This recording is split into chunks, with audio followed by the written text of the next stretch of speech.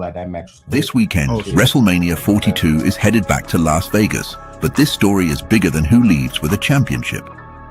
What WWE and TKO are really selling is spectacle at scale. They are selling legacy, celebrity, internet culture, premium pricing, and a full citywide experience all at once. Last year's WrestleMania in Las Vegas became the most successful event in WWE history, and that puts real pressure on this year's show to prove the formula still works. So when we look at Cody Rhodes, Randy Orton, CM Punk, Roman Reigns, Jade Cargill, Rhea Ripley, Brock Lesnar, and Obafemi, we are not just looking at matches. We are looking at assets in a machine designed to drive ticket money, merchandise, sponsorships, streaming value, and cultural dominance. The real question is whether WrestleMania 42 is still just wrestling, or whether it has become WWE's annual State of the Empire address. Welcome to the Verbal Underground.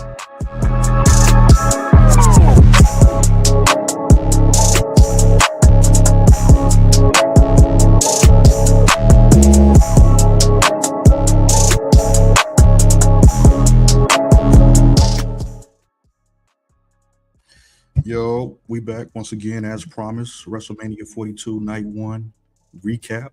I decided to go ahead and push the button because little do the listening audience know that me and the brother VQ Margarine have had spirited debates all throughout the night on a myriad of topics.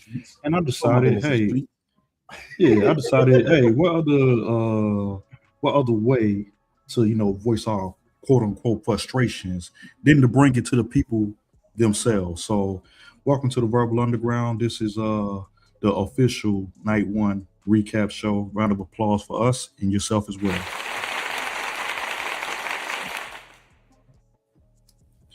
All right, so now we live, so that's where I can keep a receipt on both of us. Yeah. Now we were discussing the future, like forget the past. We were discussing the future. We seen everything Night 1. I think I got an idea where you want to start at. Tell me what you think. Tell me your thoughts. WrestleMania 42 Night 1. Give it to the people. You want to know my thoughts? That's why we here, brother. We here for the bar. We here for VQ Margin. Nah, he said it first. He was just trying to get y'all. He slid that in there. Yeah, I mean, hey, the truth. Sharing is caring, brothers. Yo, overall, for somebody who ain't been tapped in with the storyline, put my disclaimers out there now for the rebels going to chop my head off. All right, I ain't saying nothing. It's all you. I know. That's why I'm saying what I'm saying. See, look, what I'm saying, but right, I thought they executed to perfection. They held it down. We ain't botching. Everything went along, executional wise and performance wise, as it should. Now that's coming from somebody, like I said, who wasn't hip onto the storyline. Now my predictions and so forth may be what they are. That's that's what you do when you forecast. You know what I mean? And then my foresight tells me that hey, I can see where certain characters in this wrestling realm will actually proceed to, and then also a way that we would prefer to see them to go in as well, which may not go along with what may be happening, but has an avenue where it can pop up. So this is WrestleMania to me. Day 1 went down exceptionally. You know what I'm saying? I don't know. Do you say different? Exceptional is a grand word. So like I'm pretty sure one Triple H might be over thrilled to get the shout out from VQ Margarine. Right. I'm gonna give it a solid 7 out of 10. I'm gonna say expectations were surpassed, and I gotta give a lot of credit to the ladies tonight if I can. One of the matches that I didn't see being interesting was Stephanie Vaquer versus Liv, and that ended up being a very good show. So I appreciated that one, and I also liked Gunther and Seth Rollins. That was a legit brawl. So I was feeling that, yeah. So those particular two, because they was low on my totem pole as far as excitement, the quality of match that they presented, like I got nothing but utmost respect for those two matches right there, and that uplifted the card with everything else who was killing it, including Drew and Jacob, and it was a good night, man. I I was riding. I was enjoying myself until the very end, which I'm pretty sure we'll discuss. But listening audience, please leave it in the chat as well. Let me know your thoughts about WrestleMania 42 Night 1. Did you guys think the right decision was made, Cody Rhodes over Randy Orton? And what expectations do you have for particular wrestlers that wrestle tonight and their expectations for the future? But back to you, Marjorie. What you got? That was the you said so the last one, the expectation of that drawing. Nah, man, like I said, the overall drawing was goody. Yeah, I mean, now from here on, what we expecting from tomorrow night? Should anything from tonight carry on into tomorrow night outside of let's say the energy? Because I mean, I think the energy ended on a real good place, not too hype, not too low. You know what I mean? So that's a good question, and I'll do it like this. I'll give a quick preview of what night 2 consists of. So, of course, I work my way from the bottom up. The first match that's going to kick off is going to be Femi versus Brock Lesnar, and then that's going to lead into the Intercontinental match with all the high flyers. So we're talking Javon Evans, Dragon Lee, JD, Rusev, and Rey Mysterio. I believe I'm missing somebody. Then we got Trick Williams, Sami Zayn, Dominic, Finn Balor, Rhea, Jade, CM Punk, and Roman. So to answer your question, I don't see no reason why anything from tonight should touch anything tomorrow.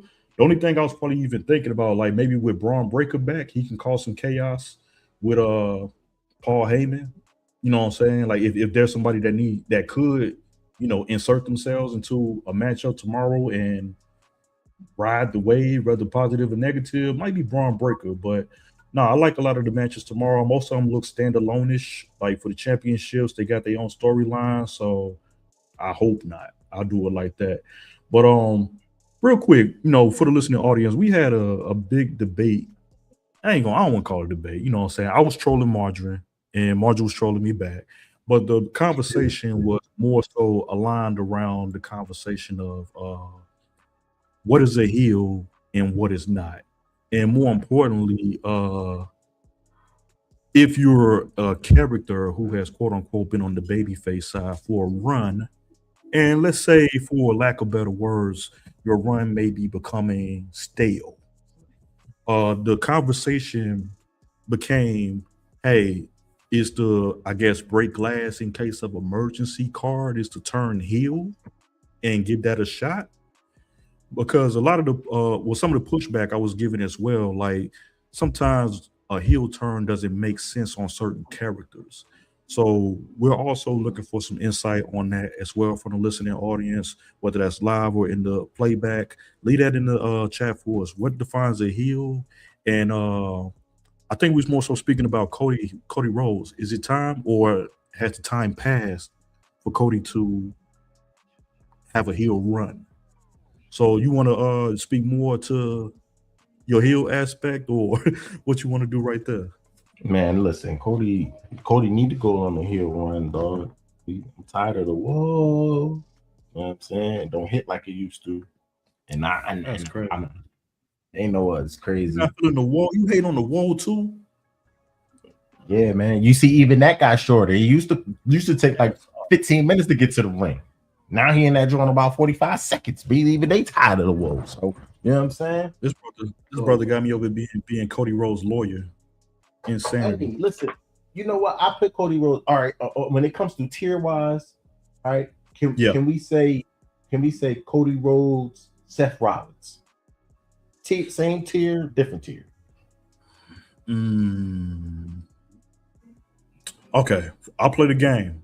You know what I'm saying? For now, we're gonna say same tier. Okay, all right. You know what I'm saying? They both playing the game. Don't assume I believe. All right. I got you, because my measuring scale is being fan fave. All right, that's my measuring scale. All right, so they both in that same fan fave tier, right? So Seth Rollins, I guess you could say he even the one that had the long drawn out celebration come out, kind of pioneering in that shit. To be honest, especially in this age, right? Even his draw has been shortened. You know what I mean? And that has to be a reflection of the response that we're getting. Now, I just happen to get tired of things, or I guess get mentally fatigued on things to such on repetitive madness a little bit quicker than say the masses may. And in due time, like we seen Seth Rollins go from the 15-minute, oh, you know what I'm saying? We in here. Oh, this fire, literally, and going in on the interest. Right. Hey, real quick, let me ask you this. Like, okay, like, you know, we had some pretty good entrances tonight. Who knocked it out the park, or who had the number one slot when it came to the WrestleMania entrances tonight? Hit you with the curveball. Number one, John. All right, disclaimer. Ain't even gonna lie. None of them was over the top. They all came out as expected. All right, wasn't rocking. Like interesting. They all came out as expected, man. It's a long runway, so they wasn't gonna do too much extra shit. You know what I'm saying? My pick is gonna, I think, jog your memory. Jog my memory. What? I'll jog your memory. What about hold on? What about the homegirl Liv Morgan? Like, granted, it wasn't you know a Britney Spears concert, but you know she did something different. That was my pick. Bars. Yeah, no, it was original. That one. Very original. She did. Very original and shit. I was being gluttonous at the time and making my plate, so I was in and out of it. But you're right. She had a whole music video. Plus, she dropped the single on y'all, so she kind of double layered the promo on y'all that real quick. You know what I mean? I'm pretty sure that's spinning on none of your streaming services as we speak, getting them 100 spins or whatever. So. Besides that big old nut she had on her forehead, Liv held it down tonight, man. From start to finish, she was on her A game. Fully, she was in a bag. Yeah, she was in her bag, and that's what I said when it comes to them executing. Yo, I think all the professionals tonight executed very swellly. You know what I mean? As you hit on the females did a little bit more than such, but Liv was one of the ones though. She brought that. Okay, I got you. That don't really like it hurt it a little bit. You know what I'm saying? So, dead ass. Hey, for everybody entering the chat room, we like to welcome everybody to the the Verbal Underground. I'll be the Verbalist, co-host in the building with me, VQ Margin. We are delivering our recap, night one, WrestleMania 42. And for anybody that just happened to miss the event, real quick, you should know that WrestleMania 42, night one closed with Cody Rhodes standing tall. In the main event, hey, it is what it is. In the main event, Cody retained the undisputed WWE Championship against Randy Orton after a chaotic finish involving Pat McAfee, who returned dressed as an official, only to get dropped by Randy Orton himself. So Cody ended up capitalizing with one final crossroads, but the show did not end there. After the match, Orton snapped and punt kicked Cody, giving night one a strong closing image and setting up immediate fallout heading into the rest of WrestleMania weekend. So if you're tapping in with us and you're trying to learn everything about these WrestleMania bars, this is the Verbal Underground. Kick back, subscribe, let's get it.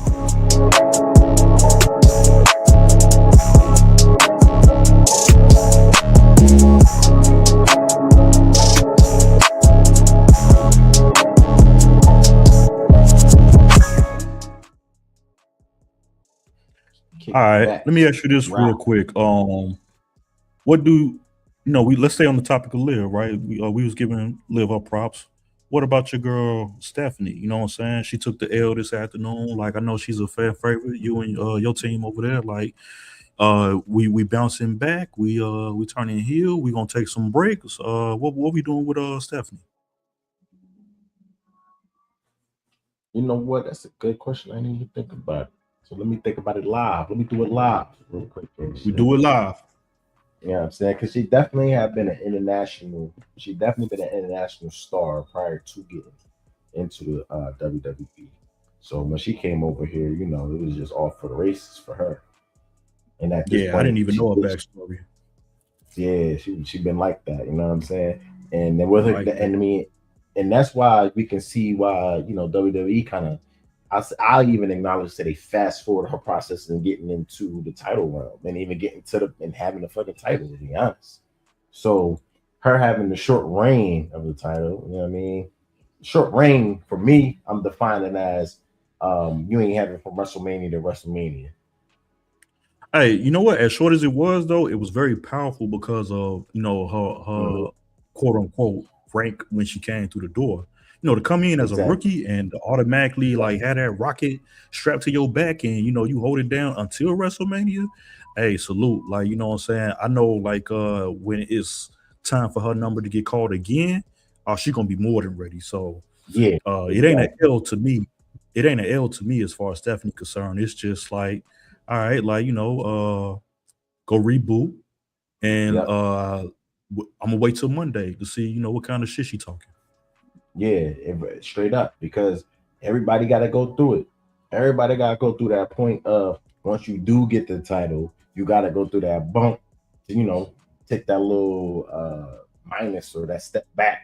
Rather you still retain the title or you lose it. And that's the aspect you lost it. And then, like you said, reestablish yourself in some manner. How are we going? Because clearly there's a title, a rematch going to be in the mix as they typically have, but we can't just get into a rematch because it was a good Rumble, but it was also I even say if it was like to measure it on let's say boxing or MMA type of genre, it was also definitive too on like Liv had it from the rip in a sense, and Stephanie had her highlights in it. She ain't really had control of the Rumble in a sense, you know what I mean? So even as it finished up, it's like, all right, then was something happened during that Rumble where, all right, yeah, you get the next draw, or was the Rumble that close where you get the next draw? I think the answer is no for both of those questions. So we got to do your minds to know.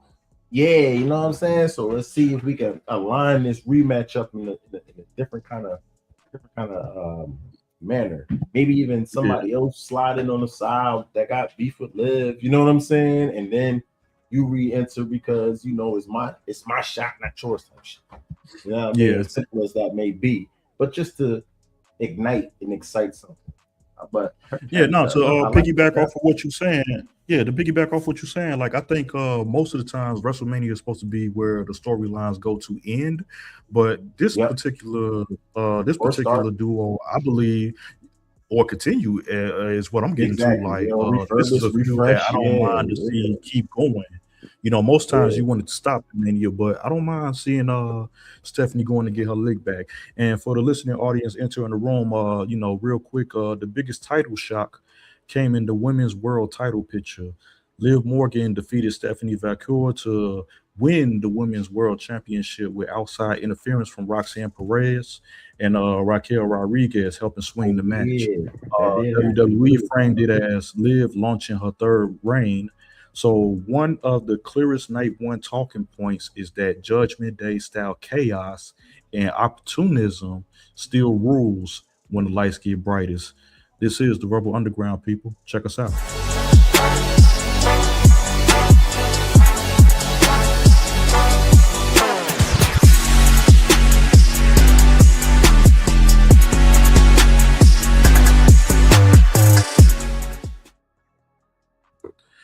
All right, I don't want to keep the people here all night, Marge. So I'm gonna slowly but surely push us along. Real quick, let me get your top of the mind thoughts, if you can remember everything from it, because it was action packed. Let me get your top of the mind thoughts from Gunther and Seth Rollins. Oh snap! Yeah, they was rumbling. I don't even think some of them strikes. Yeah, I don't think they held back on them quite a few of them. They definitely was going about 75% or more when they were striking. They had welts. They was turning red, with with their palm complexion or whatnot. Yeah. It was real blows getting thrown, man. Yeah, like, it was a couple of knees that I saw Seth give in. I'm like, man, that don't look like it feel good. And there was a couple of hand slaps going through his delivery, and I'm like, woo, you know what I'm saying? Like, I'm like, man, they sold it, man, for a match that was put together last minute. Man, they sold that joint. They got it, and I got it. And then you telling me that puts me in a line to be like, or you excited with that, they just threw that joint together, at a certain last minute, bro. I was just about to ask you, was that more of a street fight than Jacob and Drew, which was supposed to be a legit street fight? Which one was the real street fight? Because man, they was getting it in, Seth and Gunther. Hey, listen, we had a street fight with weapons, and we had a street fight without. You know what I'm saying? Because they definitely was in the, because they definitely put it on. And then you know what? And for me, that's something that we ain't seen in a while when they actually put it on like that. You know what I'm saying? Which makes the performance and the execution of the moves even more enticing because it's like, damn, did he really slam you in your head? Are you okay? Are you sure? You know what I'm saying? Because 2 minutes ago, he socked the shit out of you. You know what I'm saying? So I'm trying to make sure y'all really ain't really trying to hurt each other this show. We don't want to see no damage. So we still got Raw to deal with. So well, let's discuss the way it ended then real quick. Like, what you think about the way it ended? Like, you know what I'm saying? Like, Seth didn't get the clean finish, but, you know, we had a Braun Breaker return. Like, did that feel good for you as somebody trying to enjoy WrestleMania tonight? Or did you want to see a clean finish? Like, did you want to see a clean winner in that matchup? You know what? I couldn't even call it. I remember we did the pre-show. Remember, I couldn't call it. I had to think about it for a minute. I went with Gunther because I'm like, you know what, Gunther, you know what I'm saying? But I really couldn't call it with Gunther. I went with Gunther and shit off the strength. I don't think, regardless, there was going to be a winner of that show, a winner or a loser of that Rumble, because as you hooked me up with and told me that, the storyline between him and Braun Breaker and his other mans and them fell through. For Braun Breaker to insert himself as we got the alley for Mardrini on the block, it's like, oh, that makes sense. Okay, catch that. That way, there's no follow up between Gunther and Seth. It could ideally be a Gunther going after Braun because of his interference, and then you got Seth going after him. You know what I'm saying? So we can develop more from there, one-on-ones, triple threats. You know what I'm saying? We can get into those type of realms with some scenario like that. Yeah, because then you still got my the big homie coming back too at some point in time if you do. What's my man? Bronson Reed, you know what I'm saying? And then who he gonna ride with? If you settle with his man, if you ride with his man, then we can get tag teams and we can get 4-ways if it's all beef all around. I think I'm gonna agree with you. I think you in the right vein. Like, now that Braun's back, it is time to revisit the Vision storyline and put the kibosh on that. Like, I don't want to see this story respectfully go past SummerSlam. They need to figure out whatever they're doing with the Vision and let my man Seth go ahead and tangle with Roman, because we clearly see that's what's happening. You know what I'm saying? Like, going there. I called it here early, you know what I'm saying? Like, time stamping people, 20-minute mark, you know what I'm saying? The verbal Seth Rollins versus Roman Reigns going down SummerSlam 2026 early. SummerSlam. Ooh. We're gonna get so that's what I'm saying. I'm giving Seth Rollins between 45 and 60 days, 2 pay-per-views pretty much, to wrap up whatever beef he got with Braun Breaker and the Vision, Paul Heyman. He got 60 days to wrap that up, and then that'll be perfect to, you know, take a 30-day build up right into SummerSlam. Perfect program with Roman, because you know Roman finna go on that vacation. You know Roman ain't showing up to like deal with these peasants. Yeah, you know what I'm saying. you talking about win or lose? Win or lose? Yeah, win or lose. You know what I'm saying? Like, that's tribal chief. I mean, we ain't even gonna get one season. You giving us the B? You gonna give us a B for the 5th season in a row? I'm gonna tell you what's gonna happen. Roman wins tomorrow, right? Of course, CM Punk ain't going nowhere. So him and CM Punk is gonna run it back at WWE Backlash. Then they might do it one more time on some, you know, this is your last shot type shit. CM Punk gets sat down, and around that time, Rollins should be finishing up with Braun Breaker. Okay. Then Rollins and Reigns gonna need something to do, and then it's hey, SummerSlam coming. Do we include just for let's say side shenanigans? Do we include parts of the bloodline and parts of the somewhat broken Vision? The Vision? That's the no. Well, half and half. Can I see the bloodline reestablishing? Yes, I can, but not in the same way it used to be. No, facts. Yeah, but also, too many Samoans in there, Joe. Now all y'all niggas for blood. Fuck going on? They're gonna jump the whole WWE. But the reason I said half and half because I don't see the division whatsoever being a thing. You know what I'm saying? Moving too much forward, yet alone getting ready to clash with the bloodline. I think soon as Braun Breaker and Bronson Reed back, I think they're gonna go ahead and get rid of Theory and Paul. That's gonna blow up. You know what I'm saying? Because it's too late at this point. You know, it had potential, but once everybody got injured, it's like, man, just go ahead and blow it up, bro. We tried it. Just go ahead and blow it up. It's cool. So I forgot. Yeah, and I know we just seen it. Remember, I just made the connection as we watched it. I forgot that Logan Paul was the face, the head man of the division right now. I forgot. Yeah. All right. So the division I'm talking about, Seth Rollins, Bronson Reed, my man Robert. That's it. I don't know about these other balls. Now you see why I say that 365 is important. You know what I'm saying? Now you see. Right, so now, you know what I'm saying? So now, all right. So hear me out. I got my writer's hat on for about quick 2 seconds. Well, hold on. We running the show. We running the show. Stop, bro. We running the show. So we got to recap. Hold on. We're gonna get there. We're gonna get there. We're not there yet. We talking to Gunther and Seth Rollins. So for everybody entering the room, quick recap for the night. Gunther and Seth Rollins delivered one of the night's marquee wrestling matches, but the finish shifted the story towards betrayal and return. Gunther beat Rollins after Braun Breaker ran in and speared his former ally. This allowed Gunther to lock in the sleeper hold for the win, and that means the match itself was important, but the bigger takeaway is Braun Breaker is back in the mix, and Rollins now has another major problem on his hands. So we're going to get into other matches. You know, we're here for a good time, not a long time, but we're going to get to each topic. But leave it in the chat, listening audience.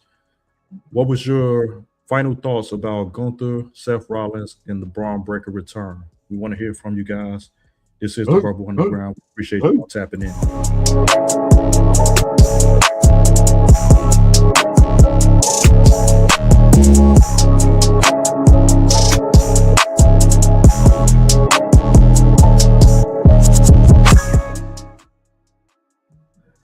All right, we're gonna swing it back to the bloodline when we get to the night one prediction at the end of the show, Margin. But real quick, let's show some love to the ladies again. Let's get back to the ladies.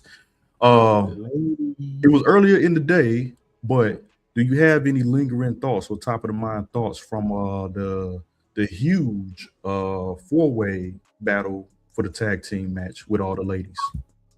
Listen, man, all I know is my Jax, my lady Lash in the building.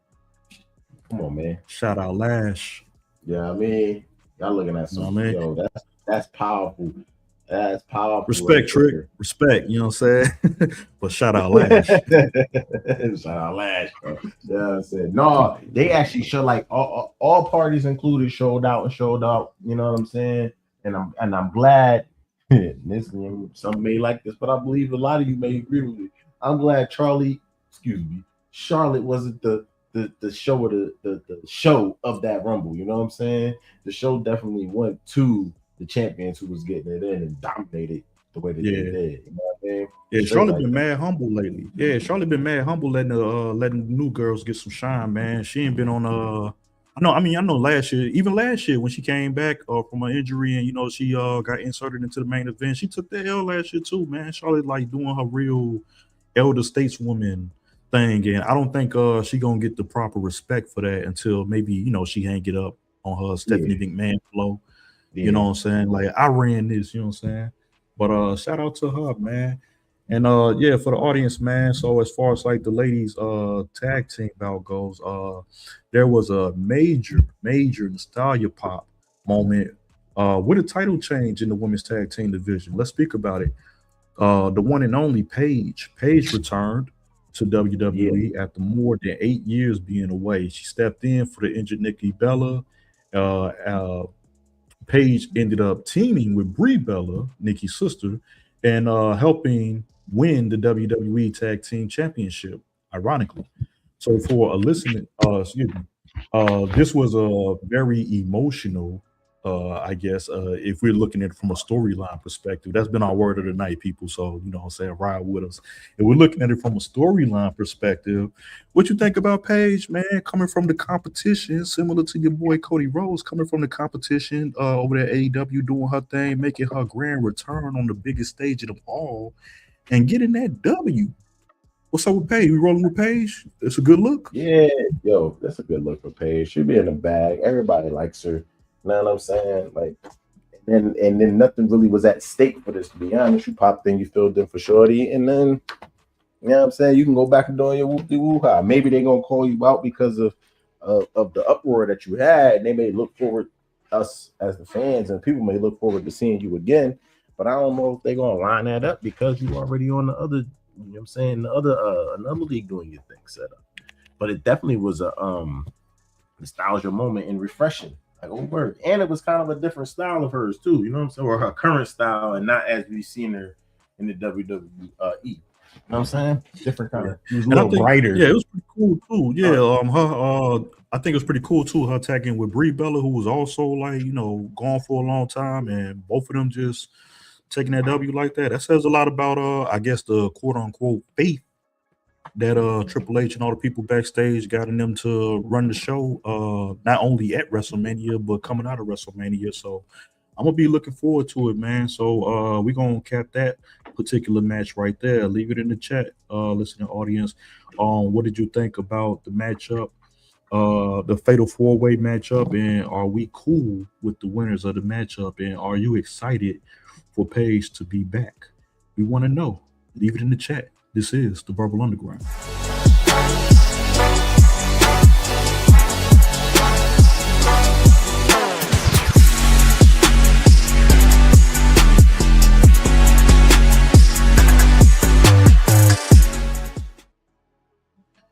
All right, Margin, I gotta stay on the theme of the ladies because it was ladies' night. If we keep it respectful.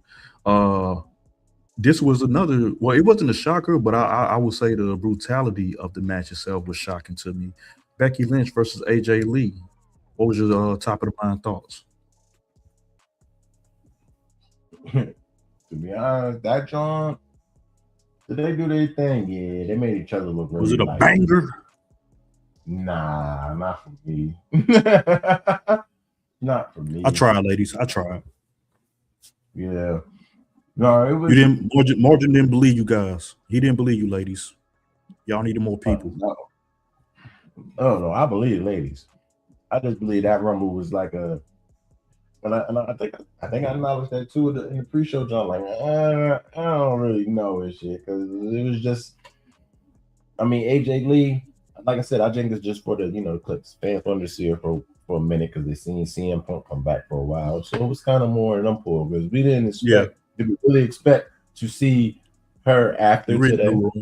You read it. Yeah, you know what I'm saying? Like, yeah, we didn't expect the money. To see beyond today anyway. So it went down as expected.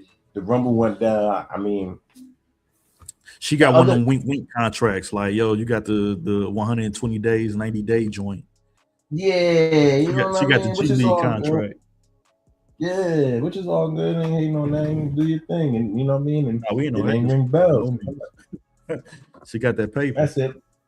But it's not going to. And she got a chance to hold the belt up with her husband. Her and her husband holding up belts at the same time. That got to be cool. That got to be exactly. Cool. Exactly. You know what I mean? So that's something they can tell their grandkids. You know what I'm saying? Look at us. So shout out to AJ. Complete. Yeah, cycle complete. If you ask me, that's not even going to be a Rumble. That's going to be anybody's radar by the time we get to SmackDown. So what about this one? We was talking about like how we don't mind seeing Stephanie and Liv going further. You want to see us continue, or are we done? I'm done with it. Like, you want to see it go on, or who you want to see Becky get it on with, or like it don't even matter for Becky neither? It really don't even matter for Becky. You know what I mean? And it really also got to make sense. And at this point, I really would have to catch up and see who either, because at this point there will have to be somebody, somebody who hasn't had that belt yet. So yeah, somebody who hasn't had that belt yet, or somebody that I can't even say really rival with, because she almost kind of rival with everybody, but that's at her extinguisher. You know what I mean? But yeah, Nah, somebody I that we got you. haven't, nobody we like a new face, somebody hasn't that belt yet. Yeah, I mean, just off rip, just to go ahead and get it It's out of time. there. Yeah, it's that time. But I think that's what Becky at this point. I think Becky, like you mentioned on Charlotte, that Becky's on that same type of road. You know what I'm saying? Giving her dues to the up and comers anyway. But she's still bringing the folks though. She's still bringing the folks. You see, from time to time. No doubt. Yeah. So for the listening audience, Becky Lynch beat AJ Lee to become the 3-time Women's Intercontinental Champion. Also on the card, we spoke on a little bit earlier, but for everybody entering, Jacob Fatu scored a huge statement win over Drew McIntyre in the unsanctioned match at the beginning of the card, and the Usos plus LA Knight beat Austin Theory, Logan Paul, and I Show Speed in the 6-man opener, where I Show Speed got his quote unquote WrestleMania moment. Pretty dope. The opener also gave the crowd a big spectacle moment. Uh, you know, I guess Logan Paul being put through a table will always get cheers. So, yeah, man, just overall, man, who was the MVP? If I gotta put the spotlight on you and make you pick somebody out of all the great wrestlers and all the great showcases we saw tonight, who was your MVP for night one? Austin Fury, straight like that.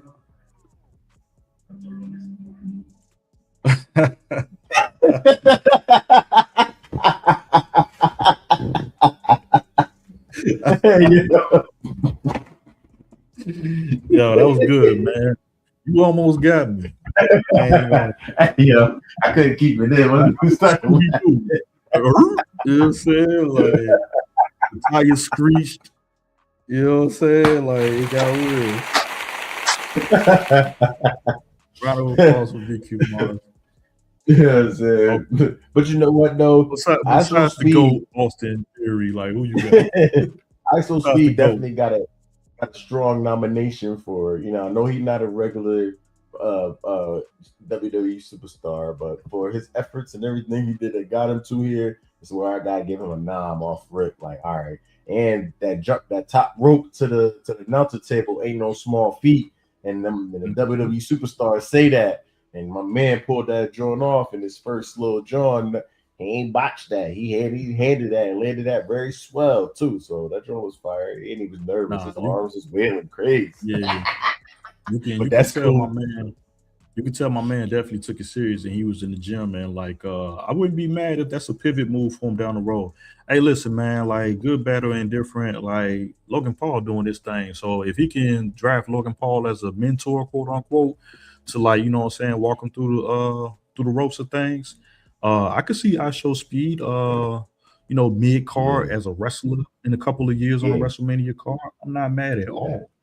You know what I'm saying? Like, and let me keep it real because it's gonna be a lot of purists, and I like to consider myself a purist as well. It's gonna be a lot of pure wrestling fans who, are not very comfortable, quote unquote, with YouTubers or celebrities or whatever entering the ring.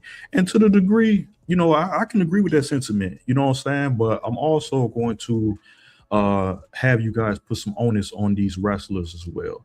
If you are getting outworked as a legit, 24-hour wrestler and are able to make it to a WrestleMania card because quote unquote I Show Speed and Logan Paul got your spot, that says more about quote unquote said wrestler than the quote unquote game. So y'all can take that for what it's worth. In terms of the scoreboard though, night one had multiple title changes, at least one classic style main event, a major return, a post and In terms of the scoreboard, night one had multiple title changes, at least one classic style main event, a major return, a post-match angle, a celebrity heavy opener. Yahoo's recap article that I saw, it described the show as a 7-match card featuring 3 title changes and multiple surprises. You know what I'm saying? But ultimately tonight was, if I got to sum it up, it was a night of spectacle. It was a night of swerves.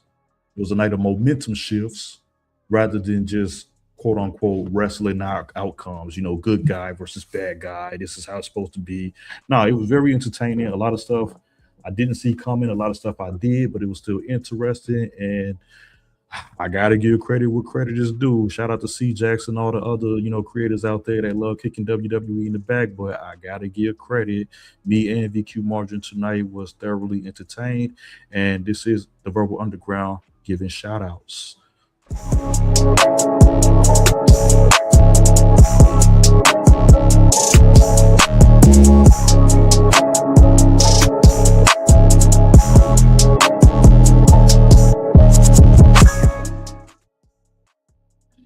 All right, Marja, at this particular point, I want to start wrapping up, quote unquote, night one, so we can get into some of these night two predictions. So, as far as like final thoughts, and I'm pretty sure if anything that we leave on the table today, we can come back tomorrow and visit. But as far as right now, final thoughts about night one, in particular, whatever it may be, like what you got for us about night one that you want us in the audience to discuss with you. Night one by not any means.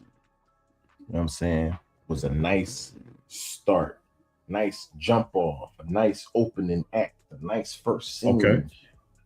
You know what I'm saying? To the main day and the main event of WrestleMania Night 2. You know what I'm saying? So it left, it's right there in the middle. It's right what you needed. You know what I'm saying? It didn't leave you low hanging, like, damn, all right, this one. And it didn't leave you overly hyped. It left you right where we needed to be leading into tomorrow. So ideally, it's the perfect set, perfect alley oop right now. You know what I mean? So as we get into tomorrow, shoot, man, all I gotta do is carry the momentum and pick up the pieces. You know what I mean? Nah, you did right about that. It's a standard, at least for WrestleMania 42. Like we'll discuss comparison to 41 and all the previous WrestleManias after tomorrow. But as of right now, heading into Sunday, all the momentum is high. And like night two is supposed to be allegedly the real main event. So we gonna find out. In a couple of I guess bullet points that I wrote down that we should provide the audience. Bianca Belair announced her pregnancy during the show. And John Cena also came out and announced that night one had an attendance rate of 50,816 in attendance. Now, the Verbalists love numbers. That number is very, very low, but I'll get into that a little bit tomorrow, and that's why our particular mini documentary is titled Legacy, Leverage, and the Money Machine in Las Vegas. Not only are we going over the matchups, we looking at all of these numbers. So 50,000 in attendance tonight, and those are the kind of details I guess that Triple H and all those guys need to continue to go to TKO and explain to them, why they should continue to put these outrageous ticket prices up and make these goofy deals where we got to go to ESPN and Netflix and all these other different entities to watch the product. But I'm off that. You know what I'm saying? Is that stadium or arena capacity? I mean, we can look that up now. What? Not at all. You know what? What's the capacity of the arena? Well, I mean, I know they utilize some seats and shit for the ring. Not the ring, but the entrance and the backdrop. While I looked that up, I can say this much: when they was in Philly with you, Philly was 70,000. If that helps you. I mean, our stadium packed like that though, baby. Well, that is a newer stadium too. That is Allegiant. So yeah. All right, I see where you're going with that. You can fit on it, like to pack it out, like to the point where it's like no more room. You can get 72,000 people in that arena. What's the Raiders popular most capacity game or maxed out game and shit? Look at me getting. We were talking numbers, B. Let's get us something to compare it to. Let's see what it is to the home team. I'm not Jarvis, brother. Like we gonna say that. We gonna say that for later. We just gonna stay on topic. You know what I'm saying? The clean way for me to frame night one, if I must, for the listening audience, all you need to know is this: Cody survived, Randy Orton lost control, Liv Morgan took the gold, Gunther won a war with help, Paige delivered on a feel-good return, and WWE made sure, and rightfully so, that the first night felt like a real WrestleMania spectacle as opposed to it being a setup show. So, you know what I'm saying? Like, listening audience, please, man, tell us everything that you love, you hate it, indifferent, all of the above about WrestleMania 42. This is the Verbal Underground. We finna come back, but real quick, shout out to all the good people at Verbal Mark.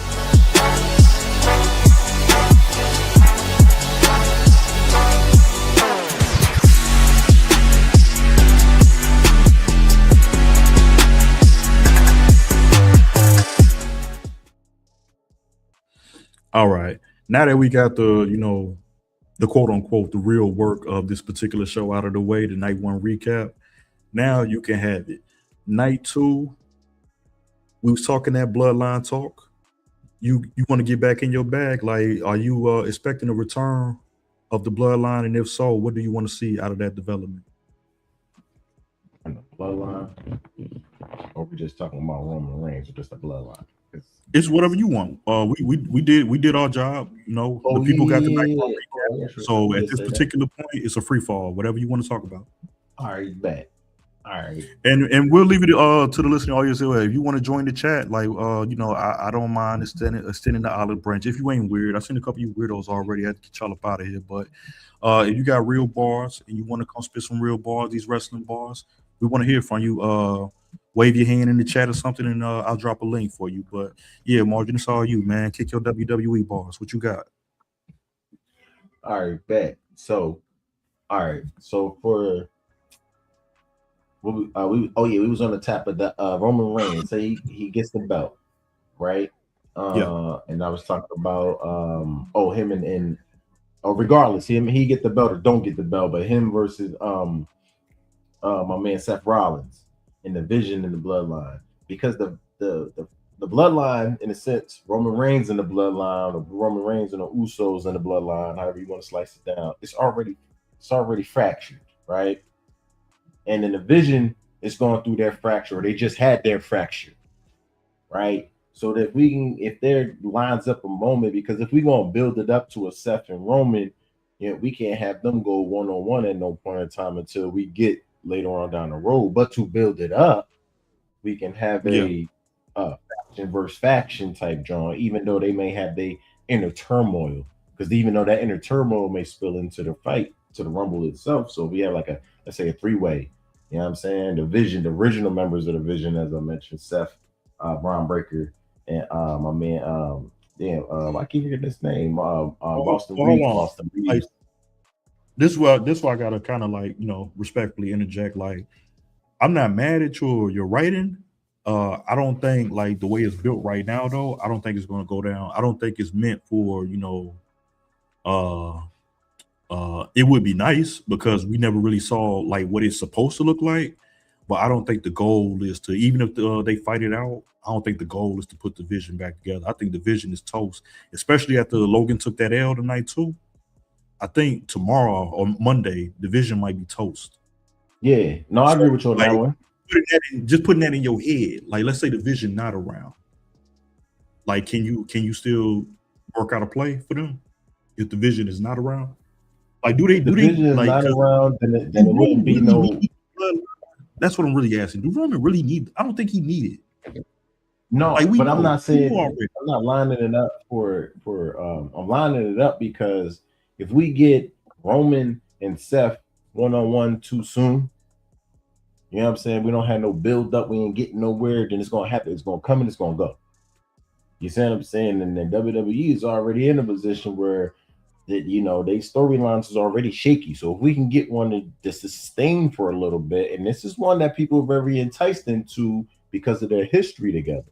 You know what I mean? And because they have a history of being in a group, it will only be, in a sense, kind of, let's say, leading, or I guess in kind of like mirroring them having a group of their own clashing, in a sense, even though their groups themselves is already fractured.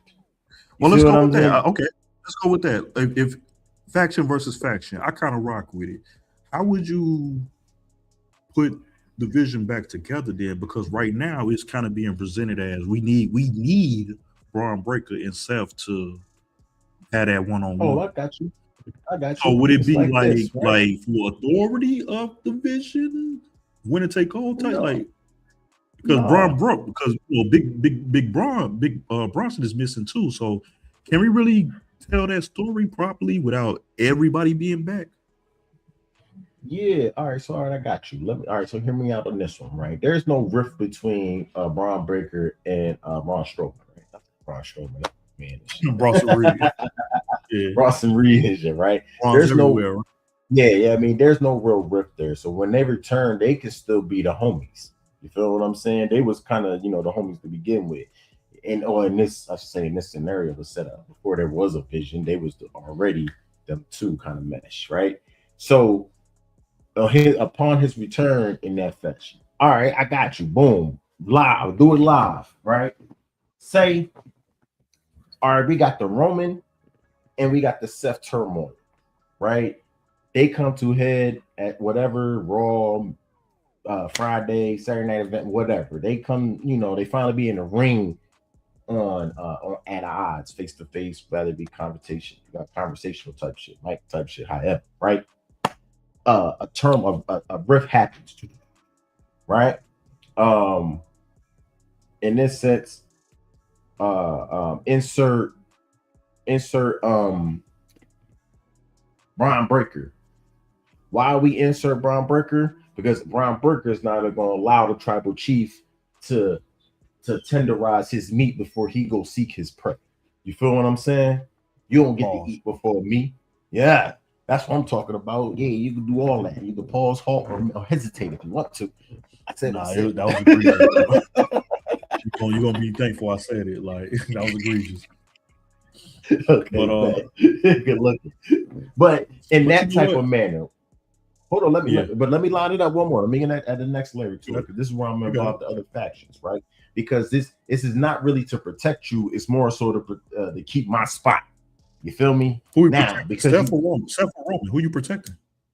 As Braun Breaker, he's protecting his spot. Oh, you versus Seth Rollins. I see what you ain't skipping me, Tribal Chief. I don't care who you is. You see what I'm saying? So you ain't going, like I said, you ain't gonna get at my prey before I'm on his top. Now we insert backup for Roman via whatever Uso you want to pick. Shit, we might even see. And matter of fact, we ain't even got to do the Uso. We could do a solo if we really want to keep it funky. You feel what I'm saying? I don't know how that will line up. Don't give me. I'm in the moment. I'm in the moment. Yeah, just leave it alone. Let me rock. I'm in the moment, okay? I can't, bro. I gotta move it. We recorded. We got a show to run. All right. So look, let's do this then. Let's do a quick. I know. I gotta keep it pushing, bro. We on the show. We recording, bro. All right. Look, let's do it like this. Let's work our way from the bottom up for night 2, and that should give you enough time to. I think if we do it this way, it'll help you fill in some of the gaps that'll make you when we get to the Roman Reigns and CM Punk match up at the top. It'll refresh your memory. So let's do it like this. Let's talk about Obafemi and Brock Lesnar. Now, you've seen some of the highlights, you know what I'm saying? Monster stuff leading all the way up. Probably one of the only feuds that was properly sold and presented to us for WrestleMania. So now, tomorrow, it's time. We got the old God versus the new God, and it's going down in the very first match, getting it on ESPN. So clearly, the good people at TKO want the world to see what's about to go down. So the way it's set up, I'm going to lean towards Obafemi getting positioned as the new piece. What say you? Yeah. Coming with that new energy. Okay, you agree? Oh, shit. Yeah. I see, because we need a new strong man out here. You know what I'm saying? We need a bully out here and shit. So, and plus, like I said, I've been seeing the boy when he's at NXT going crazy. So, and yeah, I mean, yeah, I caught on the Oba pretty late. Yeah, I've been seeing him at NXT going crazy. You know what I mean? And then when he first came over here, and I see that they did the little character adjustments that they needed to do, like an intro type shit. You know, the other little small shit. But his in-ring game has been like that for a while. You know what I'm saying? Now his character, now people be like, oh shit, that's him. Yeah, that's him. and then he respectfully fit so. right I'm into saying that. Shawn Michaels get a lot of love because they saying he the mastermind behind the new crop. Yeah, Like how we got like Rhea and Damian Priest and all them. Them was the early NXT boys. That was like Triple H yeah. kids, but the new ones we seeing now, the Trick Williams, the Javon, the Oba, the Lash Legends, like they say that's all Shawn All Michaels work Triple right there. H, So HBK, yeah, shout baby. out to the Yeah, showstopper. You know what I'm saying? Like the yeah, showstopper yeah. got it And lit with out the here. And you know what? Hold on, on some side, because this the right channel too. This the Verbal Underground. Yo, on some real shit. Shout out to HBK living his best life. Every time I see HBK online, bro, he hanging out with Sexy Red doing some raunchy shit. Hey, it would have bad. Shout out to the old man. Yeah, shout out to the old man, you know what I'm saying? Like really living his childhood dream. Still, you know what I'm saying? Like my man is tapped in with the internet era. I rock with the show stuff. I don't know who put that out there, bro, but whoever initiated that video with Man, that, yeah, y'all did yeah. it. Y'all reignited Somebody crazy. definitely. Yeah, I'm convinced that person that had that idea you talking about. I'm convinced they went back to their boss and said, "I need a raise off of that." Somebody got Yeah, a raise off. man. And I'm I talking about guarantee you they both from our parties. era. Like I Sexy be guarantee you eating they off from of that our era. shit, and Showstopper be eating off of that. They both eating off of Mm-hmm. it. That's when you They know it's a eating off of mutually that. beneficial relationship. When both parties are eating, it don't get no better, Yeah. right? Yeah, and All they right, both well, the far end of the spectrum. That's crazy. But hey, they was never bad. exactly. Like it looked like oil and water, but whole time it was peanut butter and jelly. You know what I'm saying? Like I might even play the clip, man. Sexy Red and Showstopper, man. New mixed tag team out here. But nah, man, we in agreement. That's what's up. We both got Obafemi conquering the beast. I heard there's talks out there that Brock Lesnar talking about retiring too. So I guess we'll really know what's up with that rumor. Yeah, tomorrow, right? Let's get into the next matchup. We got the ladder matchup. So Penta is the championship, you know what I'm saying? Champion, right? But he's going up against the young gun, Javon Evans, Dragon Lee, JD McDonough. He was talking that Judgment Day shit, you know what I'm saying? Rusev, you know what I'm saying? Big dog. And the one and only Rey Mysterio, you know what I'm saying, who ducked that Gunther smoke. I'm still gonna keep saying it. Rey Mysterio, who ducked that smoke, and that's the 6-man Intercontinental Championship ladder match. So who jumping off that ladder for the gold tomorrow, man? Out of them 6. Just so you know, I'm gonna roll with Penta keeping the title. I don't see none of these guys beating Penta. Now you just want to take the words out of my mouth, is it? That's my man. I know. I gotta go first. You know what I'm saying? I'm doing all that talking. I gotta go first, and then you take it over. But no, that's cool. Hey, bro, I love it. We in agreement. I love it. Yeah, Penta. But let me ask you why. Why do you like Penta over everybody else? Or you just hate him? No, I ain't hate because low key, I will say my second draw will be Rusev, right? Really? Yeah, my second draw will be Rusev in this man. Like, I just seen what he did to the Luchadors the other day. He manhandled like 4 or 5 of them bulls all in. No, he manhandled all of them actually, Penta included. Yeah. That was a good showcase. Yeah, I like that. Yeah, he went crazy. You know what I'm saying? So that would be my second draw on this man. JD, get him out of here. You know what I'm saying? I'm sorry, my guy. Dragon Lee. I'm looking for Dragon Lee. It's like yo, Real Rat, we know you more for what we seen on you outside of WWE, but inside of WWE, it hasn't been like that. You know what I'm saying? You've been there, but you know what I'm saying? You ain't where you don't fit nowhere other than that luchador lineup. And when you do rumble, it's more highlights than it is concentrating on somebody having a beef or getting a belt. You know what I'm saying? More than why you should be rumbling. You more so shining on niggas. You got fly moves, which we truly appreciate. I ain't even gonna lie to you. I think we agree on that, man. Real quick. Do you think? Because Dragon Lee is amazing, but do you think WWE dropped the ball on him? Because I don't see nothing wrong with what he's doing. I think the company dropped the ball with him. I don't think they knew what to do with him, and now he just like kind of there. Yeah, because we got luchador heavy real quick. You know what I'm saying? Which is all good. And then we still They did buy have, that company in Mexico. right. See what I Remember, mean? Dominic was running around with the belt. Yeah. And that's where the homie was going crazy at down there too. So that's Shout out to what the I coach mean. Dominic. I said what I Yes. said. And I The mean GOAT. that's the GOAT illest luchador luchador. right there. Yeah, I know what you're talking about. The illest luchador, Dominic. I'll talk Dirty to Dom. some haters, bro. I wasn't telling you. I'll talk to some haters, not you, bro. Oh, I know I'm agreeing with you. That's why I'm over here hyping it up. So and because we got Rey Mysterio in this joint now, I don't see Rey Mysterio getting the title and then trying to retain that for a duration of I can't. time. You know what I mean? Yeah, not at this moment. But I do see this Rumble being super fire. We got a strong game though. Peep the direction though. Hold on, let me kick this to you, and then you tell me if it makes sense or not. We both rolling with Penta, but if Ray walk out of there with it, I would not be surprised. Why? Because we was talking that retirement stuff. That'd be like, all right, here's your last little hoorah, and then only for Dirty Dom to take it off of. That'd be crazy. That'd be crazy. The Intercontinental Championship. You smell what the Oos is cooking? Yeah, I smell the Oos cooking now. Yeah, I like that. That right there, I like that. You know what I'm saying? And we could circle back to Penta getting in there or even have another Royal Rumble. You're right. I like that. Or throw him up in that joint. Triple threat. Yeah.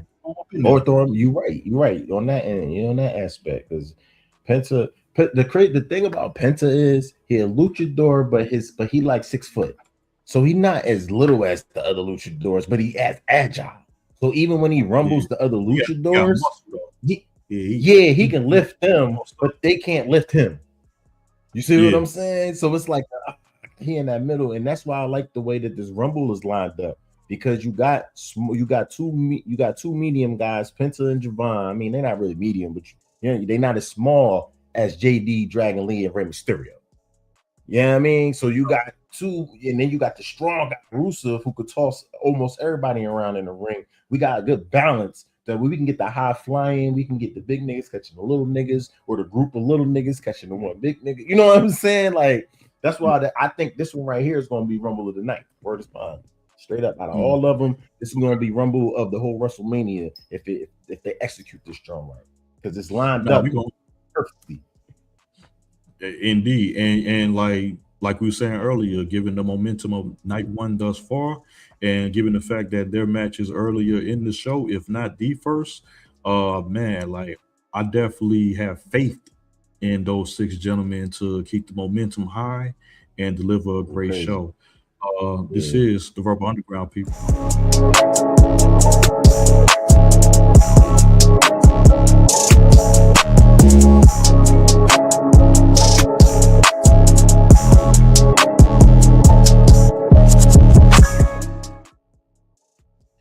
All right, let's keep moving up the card, bro. Another one of Shawn Michaels' kids, man, and quickly one of my favorites. We got Sami Zayn, the champion, versus Trick Willie for the United States Championship. Who you rolling with? I ain't rolling with no Sami Zayn. I tell you that much. Word is bond. I don't care who on the other side. Damn, nobody loves Sami Zayn no more, man. Even Stephanie McMahon put Sami Zayn on the grill last night. What's up with Sami, man? Y'all loved him a year ago. I know I didn't. No, I didn't. Don't put that smut. Don't put that smut on my name. I'm talking to them, not you. Matter of fact, well, let me speak for the ones that's on my side. Where I feel it. Nah, I don't speak for us. Yeah, Sami, man. Sami got some crazy heat right now, man. Like, I don't know. I don't get it. And you know what's funny? It's even part of his spiel. Like, his spiel is like, yo, I don't even know what I did wrong. Why y'all mad at me? That's part of his spiel right now as the champ. Like, why y'all mad at me? Like, it's funny. So, like, that's why I'm looking forward to the match, because Sami's low key like got heelish vibes, but he playing dumb. Like, I'm not the heel, I'm the good guy. What the fuck is y'all booing me for? Boo Trick. Like, he the bad guy. So it's funny to me. So I really, really want to see, because this is the perfect night tomorrow. Peep what I'm doing, Marge. This is the perfect night. At the beginning of the night, Oba conquers the beast. We already agreed on that. Then let's say your boy Javon sneak in and get that IC title. Then Trick Williams come in and get the United States title. What we doing? Yeah, I like it, man. Is it not looking like we can play some games here? Because I'm looking at it like, you know what? All of them is in a big bout. Well, got some gold on the line. I smell the new era. You know what I'm saying? Yeah, it's about that time. And you know what the funny thing part that you said about that is that I seen an article and some thumbnails that hinted at Shawn Michaels and Triple H beefing, or I should say Paul beefing, because over Trick Williams, he wants Triple H wants Trick Williams to stay in NXT, and you know Triple H wants to join. So it was over. Yeah, I mean, so yeah, we can see all types of all types of other little things get stirred up from that alone. Yeah, I mean, but like I said, speaking of the showstopper, they tried the boy. Yeah, they really move. I said chill. Up and down, that's fine. I'm just a sexy boy. Sexy boy. I'm not a boy toy. We even got the job up. I'm just. My bad, I tweaked it. Nah, I just hit it as soon as you get to the two. You should just let it rock. Nah, if the people was wondering what we in the background laughing at. I know I'm sexy. I got the looks. They try the boys wow. Yeah, they really move. I said chill. Up and down, that's fine. I'm just a sexy boy. Sexy boy. I'm not your boy toy. Yo. I'm just a sexy boy. Sexy boy. I'm not your boy toy, boy son. Yo, Margie, go get your uncle, man. Wow, I let my uncle live. Go handle that. So you want to rock with you, yeah. You want to hang with a bed, or at least give your man some condoms, man. Give your man some condoms. Nah, I gave him a honey pack. Oh, you the devil.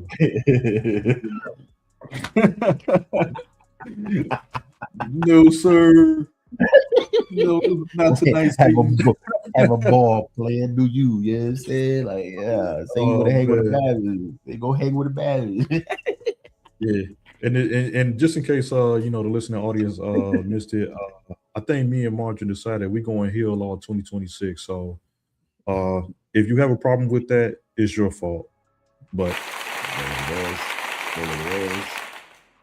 my heel game is crazy. Yeah, we taking it all the way there. All right, let's move up the hill, man. We got the Demon Finn Balor. You know what I'm saying? Fresh out that Judgment Day beatdown. Which took forever in a day, but it happened. You know what I'm saying? Finn Balor, yeah, if he finally broke free from the Judgment Day, Dirty Dom, you know what I'm saying? The GOAT, the luchador GOAT himself, Dirty Dom, they facing off. This match really is just filler. Let's keep it real. You know, ain't really no expectations, no gold. It's almost like the rivalry closer match that we always have at a WrestleMania. But it's also, in my opinion, the reintroduction of Finn Balor, who I'm saying it now. If Finn wins, I'm putting him number one in position after CM Punk to go at the Roman Reigns when he wins the championship. So with that being said, I got Dirty Dom winning, but I would not be surprised if Demon Finn takes the W because he's being reintroduced. So I'm iffy 6'7", you know what I'm saying? Like, who you rolling with? Man, that was, Judgment Day, my squad. And I know it's about that time, we start to, fracture that off a little bit as we have.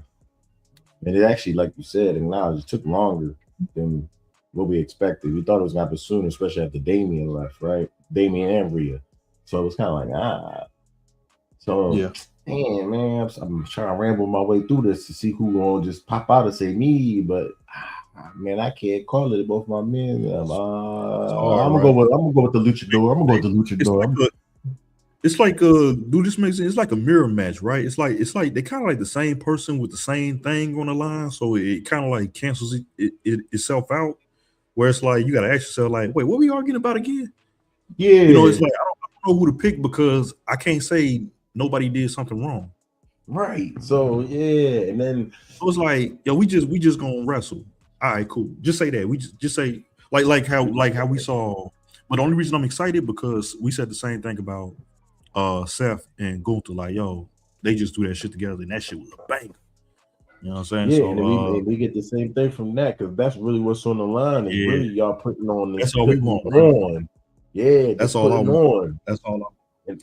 So I'm not gonna vote. I'm not gonna vote on that one. What about you? I'm not gonna pick a winner. I'm just gonna say, let's get it. That means that in the rules of NORE, that means you gotta take a shot, B. You know what I'm saying? Oh man. Verbal is, I've been clean for a minute, but I went to the draft. You know what I'm saying? I'll take a rip. You take it as ginger shot, nigga. Fuck out of here. I got the high quality H2O. I'm gonna take a double shot of the high quality H2O. Hey, yeah, you ain't got no ginger over there. You get you a ginger shot. You be all right. Yeah, you take that to the chest. Clear you up for the night. Ginger and sour stop, nigga. You know what I mean? Look, health and wealth all day, every day over here.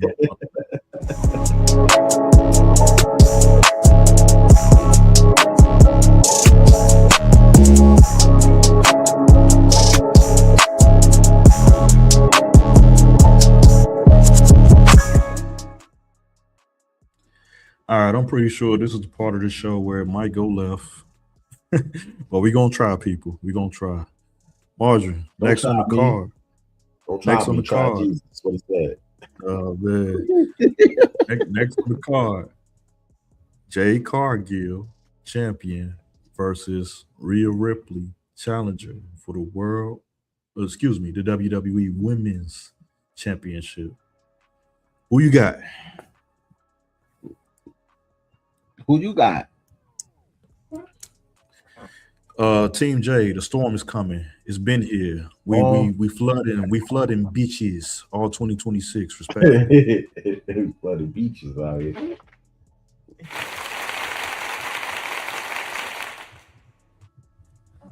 Man, this also another one where I'm in limbo in the job, and okay. You know what I mean, I'm in limbo with the job because I'm trying to think of so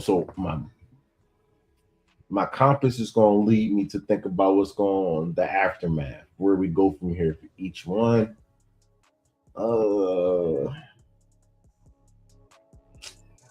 Yeah, I don't even know, man. I'm something screaming Rhea off rip. Something screaming Rhea, but I like Jade crazy. Say it with your chest, man. Like, I mean, come on, you love that girl. Say it with your chest. Just say I'm rolling with my baby, bro. Ain't nobody gonna judge you. Look, mommy on top and shit. You understand? Look at him over here sipping for real. I knew it. You love that girl. You love that girl. Nah. So let me elaborate. Shout out to you, mommy, man. Nah, she though. But you know what? I am kind of concerned and maybe Marjorie can give you more details than I can. Been a lot of conversation about the difference in Rhea Ripley's size. She lost a lot of weight, and I didn't really want to dig into the rumors and all that shit because I don't like that, especially like with athletes like them, because they're supposed to be top of the top, in the NBA, NFL, they're supposed to be the elite, right? So I don't want to see no bullshit, especially when you're talking about the women. I don't want to see no bullshit. I'd rather hear from the horse's mouth what's up. So, the last promo I saw with both of them in the ring, man, I must admit, man, Jade was like towering over Rhea, and then Jay got that glow too, where she like it was just a difference, man, to the point where I don't want to seem like I'm biased, but I just think off of presentation alone, and if I'm the writers trying to figure out how to get asses back in these seats because I'm 20,000 fans short on night one at WrestleMania, I'm going to have to realistically roll with the rising superstar in Jade Cargill until the EST comes back or Naomi come back. And, we're going to have to repackage Rhea because I don't know, man. I think Rhea got some health things going on. And I don't want to sound like I'm crossing the line or being intrusive, because that is not my intention, but Rhea just don't look like she's in championship shape right now. And Jade is like on all cylinders, bro. Like I seen her on the Joe Budden podcast, on Wrestling with Joe Budden. You know what I'm saying? I'm seeing her like, yo, she looks like, yo, this is who you want as the champion, like respectfully. So I'm saying it more from a business standpoint, because realistically, Rhea should win, man. Rhea ain't had the belt in a while, and you know, she do her numbers. You know what I'm saying? I like Rhea. I wouldn't be mad if Rhea won, but Jay got that glow, bro. Like, without sounding like a hater, Jay got the glow. Nah, I feel you and stuff in that aspect. From my understanding, it's the back. There's something up with the back, and it's not a new thing. It's been something that's been there since late NXT. You know what I mean? And it's kind of resurfaced and started, I guess, re-triggered in a way. So she hasn't been, you know, pumping that iron like used to. The back all crazy. So that's just from what I've read. You know what I'm saying? That's been circulating on the streets. And if that's the case, got a back issue. Yeah, she got a back issue. Okay, that makes sense, because I got back issues. So I'm a cardio boy. I don't like lifting because my back be done for a week. So that make more sense than she leaner now. Yeah. She more cardio based. Yeah. So man, now I'm really convinced. Like, yo, like what was she lifting? Like, man, she must have been pushing 250 and up. Because she had Mommy was out there lifting Nia Jax up like nothing, baby. She was scooped her up for like 6, 7, 8 weeks in a row. Something bound to give. Yeah, and you know, I don't want to go back down the card, but man, I am a little bit disappointed that Nia and Lash lost. Like, them women way too big and powerful to just be getting, you know, bulldozed by Paige and, you know what I'm saying, Brie Bella. What? Like, but, man, I get it. You know, yeah, that's all you can do. That's all you can chalk it up as. And we circle the block and we do it in some other manner. You know what I'm saying? Plus, what's her name about to have her solo run? Lash about to have her solo run anyway. So it is what it is. Okay. Now most of the time when people team up with Nia Jax, that normally be like that person's next feud. So let's say like Nia and Lash Legend, they break up. Like, you want to see her fight Nia, or that ain't the way? No, that ain't the way. You know why? Because we had a little glimpse of that during the Female Royal Rumble. She came in and during the Female Royal Rumble, and then you know, I mean, I don't know what happened between there. That's where things get blurry. I don't know what happened between there. But it's gonna be people that's gonna say that's why you should do it. What about the people that's gonna say that's why you should do it because they did that? You still not rolling? No, you could, because I don't know what happened between that and them actually teaming up to become the tag team. See what I mean? Because you can always have because you know it's not unusual for the WWE to have tag teams go against each other anyway at some point in time if they wasn't already going against each other before. Yeah, you know I mean, they even did it with the Usos as much as they pulled it off. Like, your tag team eventually do kind of like clash up, and if they do that, it'll be like Clash of the Titans type draw. You know what I'm saying? I wouldn't want to see no just regular match neither. I want to see we're gonna do it in the cage. You know what I'm saying? We're gonna do it in the cell, baby. I want to see something like that, man, so we can see some destruction from these. You know what I'm saying? These lives. Yeah, it's a photo. I'm gonna try and find it. It's a photo floating around on the internet right now of Natalia. Remember Natalia, Edge wife, and Shayna Baszler. They in like some backyard boogie wrestling league, right? But they put on like a real wrestling match. Both of them was busted open, bleeding and stuff. And they got some crazy pictures right now floating on the internet. And there's a bunch of content creators pretty much like trying to package it up and say, hey, WWE, this is what we want to see with the women. I don't know. You interested in seeing like, I'm not saying they can't do it, but I'm asking you as a fan, you know what I'm saying? Are you interested in seeing women bleed? It's one thing seeing the men do it. Do you want to see like them kind of hardcore matches from the ladies? I don't think I'm interested. I would like to see the hardcore matches. Why? And what comes from that is that portion of it, because how we gonna have a hardcore match? You're not getting hard. Like we even define the Jacob Well, Fatu no, match. I'm not saying as they. But that's what I'm hard saying. I'm not saying they wanted can't to. have it. No, I'm not saying they can't have it. I'm saying like it's a reason why they, as girls, probably don't have them. So is it like clout chasing? You know what I'm saying? To like kind of bring that in, like, yo, we never did this for the girls. Why are we doing it now? Because we want to, you know, Doing it now because that's what we got the men for. That's what we got the No, men for, right? you're doing it now so you can evolve.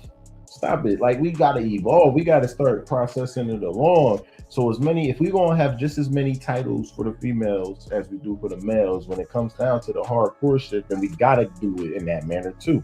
Rather tables, ladders, chairs, hellas in the cells, all that it gotta match the same level, or else it's no point for you to do it. You know what I'm saying? But it has to be evolved because we started getting that. But listen what I'm saying. This is what I'm saying. They technically do TLC matches now and all that stuff, and they actually have better matches than the men sometimes. So like they can do that. I guess with the question, because maybe I should show you the picture. I'm gonna find that picture and present it to you. But what I'm asking is more so like ECW type shit. I said, that's what Natty and Shayna Baszler did. You want that in the WWE ring? Yeah, I'm telling you, yeah. Like I heard the question of answering it, yeah, because when y'all have those fights and they be awesome, and I'm not saying it's missing this component. What I'm saying is when y'all do those fights, it's never a one-on-one like such. It's always in a group manner. It's always a multiple individual jump. Now we're gonna get down and greasy like we should have. I even think some of the male fights when we have our street fights also need to get more of that more extreme, more stunt wise than it already has been. Because I'm not a big AEW bull, but I heard like that's pretty much they bread and butter over there. That's how they get like people going over there when you know what I'm saying. Yeah, they real, like what's your boy John Moxley, like that's his thing. Darby Allin just won the belt over there too. See what I'm saying? And it's not even like a big thing. Remember, that's the reason why we even had a hardcore championship in the WWE. But that was also the 90s. That's what I'm saying. We done quote unquote grew up. You know what I'm saying? Like, so it's a reason we're not doing things no more. And we also there's a reason why we look at the football players with the CTE. Like, damn, I wish they didn't do all that shit back then. I guess that's why I'm asking you the question, because sometimes we don't think about the future. Like, if I can preserve your body and health as a 60-year-old by preventing you from doing something crazy as a 40-year-old, then I'm probably gonna lean on the side of telling you don't do it, bro. Like, because you ain't thinking about down the road. You see what I'm saying? So it's stuff like that. It's a reason why like Sabu went out crazy. How many when Sabu died, niggas didn't even really like go. Sabu ain't in the Hall of Fame. Why Sabu went in the Hall of Fame? Yes, they put him in the Hall of Fame a couple of years ago. They put him in there. He wasn't there to get it, but they put him in there. He wasn't in that job. But that's what I'm saying. Almost like if he did half of that shit he did, like if he could have just did half of it, he probably would have been around. And that's but the part that like tugs on me as a fan, I guess. I want to be a fan of them outside of the ring too. When we started to see Sabu, he was already 60-something. Yo, chill out. Yeah, he wasn't no. I'm gonna keep it 100. He wasn't no young chicken when you first seen Sabu, especially if the first time you seen Sabu, or any of the viewers, if your first time seeing Sabu was on WWE, WWF at that time, or WCW, right? If that was your first time, then he definitely was in the 60s. If you was watching him when I was watching him in ECWs, he was definitely in his mid 40s.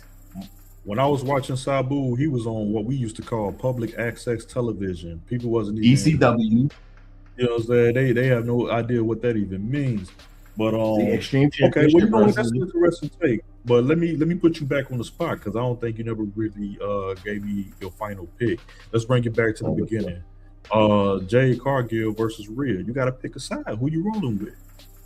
I know you don't want to, but we got to pick one. I'm rolling with Jade. I picked. And shit. I'm always on top of that shit. Okay, you team mommy. All right. Yeah. All right, well, we're going to get into this heavyweight bout. If you joining us, welcome to the Verbal Underground. You know what I'm saying? WrestleMania 42 is back in Las Vegas, April 18th, April 19th at the Allegiant Stadium. We just witnessed night one. We are doing our official recap. Right now, we are in well, pretty much the top of the card for our night 2 predictions. We'd like to welcome everybody to the show. Round of applause for you. And please do us a favor and hit that like, share, subscribe button. And yeah, after this quick break, we're going to get into the heavyweight bout, the real meat and potatoes, the main event, CM Punk versus Roman Reigns.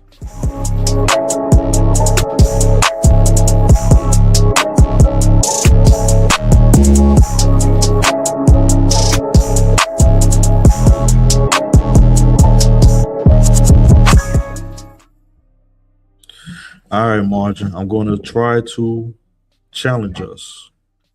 We have to find a way to try and do this in 10 minutes because I know this conversation can be triggering and we'll be here till tomorrow morning if we don't do it in 10 minutes. CM Punk, Roman Reigns is finally going down. No more talk.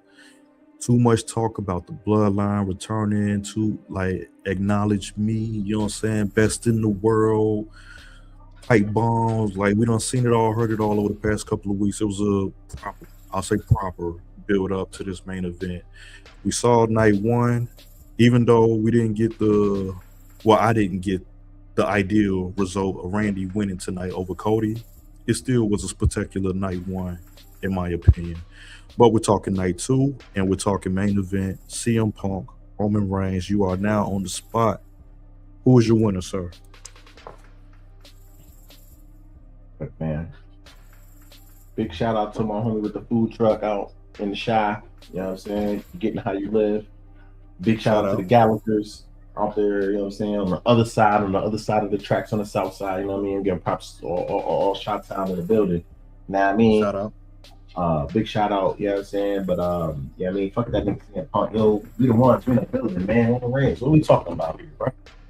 Hey, hold on. I see that's a north sider. Don't put that over here, my camp. It's a north sider, brother. I just ain't want no smoke from nobody from Chicago. Period. I didn't want no smoke, so I give my shout outs to those I know. Just put them on the right side. You good, bro? Put them on the right side, like you know. You know what I'm saying? But yeah, nah, we ain't no CM Punks around here. And that nigga's not the best in the world, and you're gonna see who the one is tomorrow. Straight like that. Word is mine, man. Like tribal chief in the building. Tribal chief with no tribe. Just the chief. Just the chief. Nigga, what? Come on, man. I got my one up right now. Yeah, I didn't even see you. Y'all hear me. Yes, sir.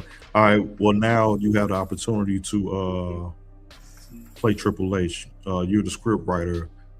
How now? Like for the most part, we don't have a Pat McAfee involved in the match, or any particular outsiders that could be lurking that we forgot about. I don't really see that in this particular match. Seth is actually back. He got his own problems. I don't see Seth trying to interfere in the match. As far as I'm concerned, right now, this is a legit one-on-one for the championship. If you have the opportunity to write the script for tomorrow's ending, Roman Reigns, CM Punk, what is your ideal outcome for tomorrow night? All right. Ideal outcome. All right. We already know, Roman sitting on top. How we come to that outcome. Specifically, if do we have any interference? I think we do have some, but not in a physical form. It's your show. It's your show. Go crazy. It's your show. You got all the chess pieces. Go dumb. Man, Nick, you gave me 10 minutes and shit. They got less than 10 now. All right, so hold on. Let me do it live and shit. Yeah, go dumb. See, this is the part. I think you're trying to set me up because I ain't because I ain't been in the mix for the past 365. Whatever got us here within the past few months since the last event. None of that matters. You're predicting the future. Nope, you giving us. Forget everything in the past. Beyond. Okay. When Monday Night Raw come on and like we in the ring, like what I'm saying, what happened the night before? You tell me. You take all the pieces you want out the locker room. What you want to happen to make the story better than night 1? Because remember, we competing. We gotta beat tonight. So how do we beat night 1?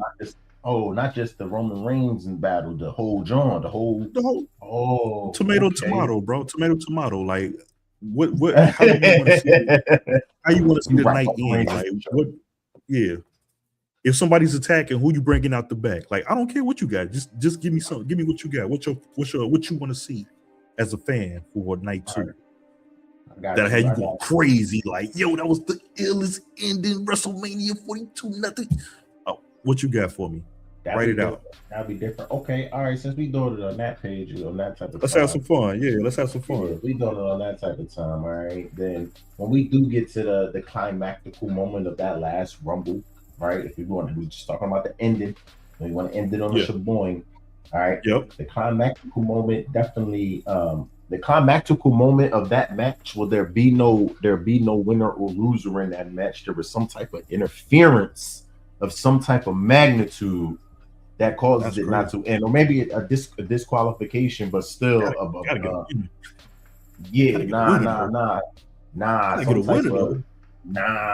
because then that you know what that does. Exactly. I want you to respond. Exactly. I want you to respond. I want to ignite your spirit. I want you to be mad. People, like what the fuck was diabolical. That? Yeah. This is the mad scientist speaking to you guys. Pay attention, people. Pay attention. All right, keep going. I'm yeah, one of those type of atmosphere. Because as you already alluded to, first time ever. That'd be the first time ever. So you're calling the first time ever no winner in WrestleMania history. Yep. So then he gonna retain the belt. Now it's whatever, and then whatever that interact or whatever that interference is, and these two move on to the next joint. We can get into backlash and all that, but the bigger picture will be what's to come after that. You know what I'm saying? What's the out of the big four? The first one is usually what? No, it's not Royal Rumble, SummerSlam. What's that? No, it's not Survivor. Which one is that? SummerSlam. SummerSlam. Because that's the big four is Royal Rumble, WrestleMania, SummerSlam, and Survivor Series. That's the big four. Right. So this will be SummerSlam. So we going into SummerSlam with it. We're going into SummerSlam with it. So that's where we at. None of the B I don't want to call it B John, but not the in between premium events. That's the long picture when I'm thinking about this. So whatever interference occurred right in that moment, we're gonna have back and forth between those two and this third party between then and now. You see what I mean? In that aspect, do we resolve the Roman Reigns and CM Punk thing? We do get to that at some point. The CM Punk will come off of that belt at some point in time throughout this mix. But if we make it for tomorrow, and I really want to get it ignited and get people stirred up, tomorrow won't be the night. Tomorrow won't be the night. Why it won't be the night? Because of the magnitude of Tribal Chief bringing to the game. If Tribal Chief win or lose, if he wins, it's like most of the people expected that. I'm 50-50. 50%.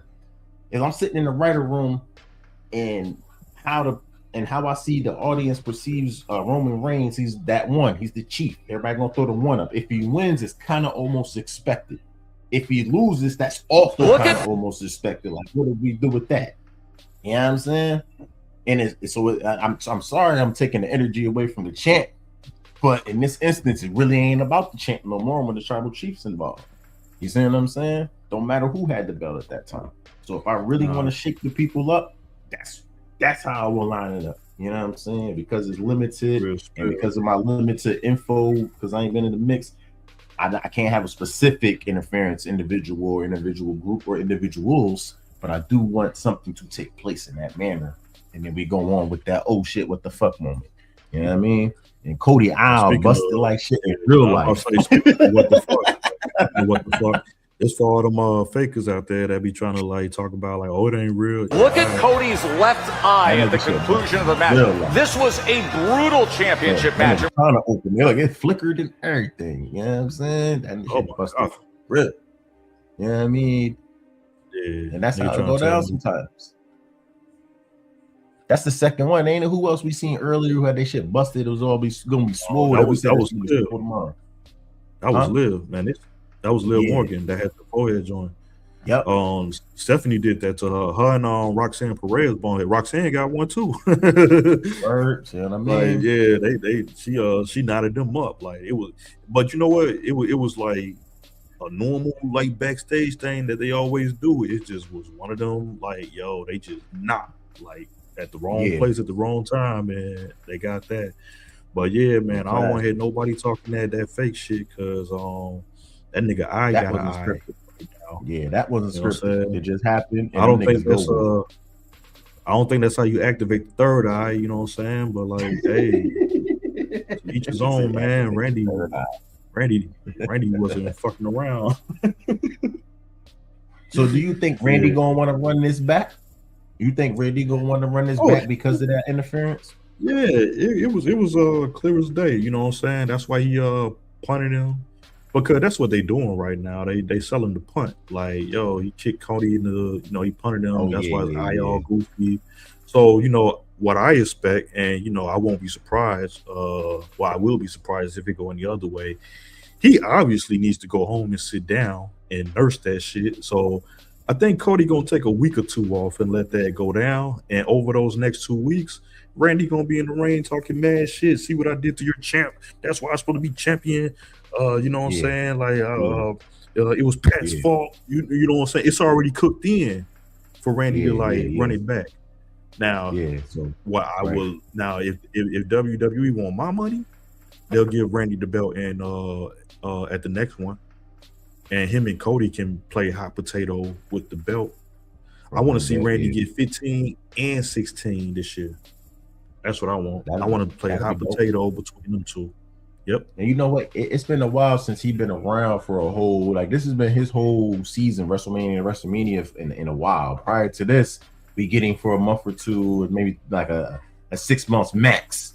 And then he was out of there. He would rather be injury or Big Randy. Yeah. Or Cody. Randy. Yo, so the interview that I put in the on the website, I think he was having the interview with the announcer, the English bull. Damn, why am I forgetting his name? Wade Barrett. He was interviewing Wade Barrett, and Wade Barrett said Randy Orton main evented WrestleMania in 11 years. He's been there, but he ain't main evented in 11 years. Yeah. I said, that ain't true. I was like convinced that was a lie. Like, ain't no fucking way. Like, I went to go look. Like, hell no. But he wasn't bullshitting. It was literally like, Brock Lesnar, Roman Reigns, Seth Rollins, and a little bit of John Cena. Randy was always there though. You know what I'm saying? But I was so that's why, when you was asking me earlier, like, yo, you shocked? Yes, I am super fucking shocked. For him to go a decade not being in the main event, get to the main event, everybody booing Cody, cheering Randy, you would think like this is just the one time where it just makes sense. And you didn't give him the belt. That was the only thing that fucked me up about the whole night. I was like, yo, it was perfect time. Like, he was embracing the heel shit too. It wasn't even like, yo, Randy get the belt, he finna go goody good on us. Like, no, he was still on that heel shit too. So it's like, do it. And they said, nah, we gonna keep it on Superman. So that's the part that, I don't want to say I'm hating, but if it's gonna look like hate, because you know what I'm saying, like, it ain't nothing you can say that's just gonna make me be like, all right, I'm rolling. Nah, man, it's Randy's time. And you know what I'm saying, but if they can fix it, all right, you know what I'm saying, it was just Cody's Mr. WrestleMania now, but Randy get it next month, then I forgive him. But hell yeah, Monday, Randy coming out first. I bet you Randy the first person that come outside talking shit. See what I did to that boy? It's what I do. Yeah. And who keep it real? It's really nobody else you want, unless it's Roman Reigns. It's really nobody else you want to see fight Cody neither, because you think he's still right now. Imagine him going to fight somebody that's less boring or that's more boring. Maybe boring is the wrong word, but that ain't Randy Orton. You know what I'm saying? Like, imagine somebody that's beneath Randy Orton being Cody's next feud. You ain't gonna be like, yo, Verbal, just buy me a ticket. You're gonna be like, yo, call me when the big dogs come out. Call me when he fight Roman Reigns. I mean, you got a point there. Keep it real. You know what I'm saying? Keep it real. So that's what I'm saying. Like, nah, like, run it back with Randy. Yeah, I mean, you if you still got the belt and Randy still on your top, then yeah. Other than that, And I gotta use the word. I know you hate it right now, but I gotta use the word storyline. And they fucked the storyline up when they put Pat McAfee in it at the very last fucking minute. Pat McAfee came in about 2 weeks ago, and it's like, the fuck? Like, who asked for this? Where you come from? You know what I'm saying? So they gotta run it back with Pat McAfee gone, so we can get the real story. So that's also what I'm saying too. Yeah, because to this day, nobody can tell you what the fuck Pat McAfee was doing. Now, I will give Pat some points though. When he came out with that referee shit, that shit was funny as hell. Yeah, I got you, dude. Yeah, that was funny to me. But yeah, nah, I want it straight up. Randy Cody, just you my young bull. You can't never beat me. You know what I'm saying? Like, you see what I did to your face? Like, I want Randy talk. Like, I mean, look, if he lost tonight, that means he didn't get the job done. So that means he has to turn it up, right? So you got to get even more in your heel bag. And the fact that you keep highlighting, he busted his face. Now I can see it's getting into, we ain't gonna get a regular one-on-one match. We can take I'll put that shit on a t-shirt. That nigga look like my man from the Goonies and shit. What's his name? Man, his eye had an eye, bro. Like that bad boy was sitting sideways. You know what I'm saying? But that's why I like when things happen like this, because if we do continue it, that's not moving to a regular one-on-one match. Let's move. Oh shit! You know they're gonna get Cody some cool points. Yeah, exactly. Yeah, I mean, let's move it. Every time he get blood on that blonde hair, he get kudos and shit. I ain't even gonna lie. He just hit the That's funny. All right, looking like what's his name? So it's something about the blonde hair. That's something about the block over. You know what I'm saying? But this sets us up real good for a one of them no hold bar matches.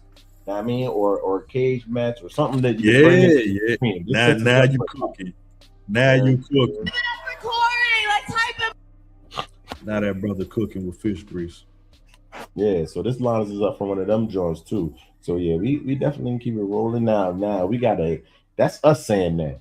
We hope that they catch that alley-oop that they just put up there and keep it going. See, when things like that happen in live, when they do it live, and we got to go ahead and go with the live shit. Yeah. Let's get into a real rumble and shit. We can get into a cage match with them too. We ain't even got to go into chairs. Speaking of things you shouldn't be doing live, let's speak about things you shouldn't do live.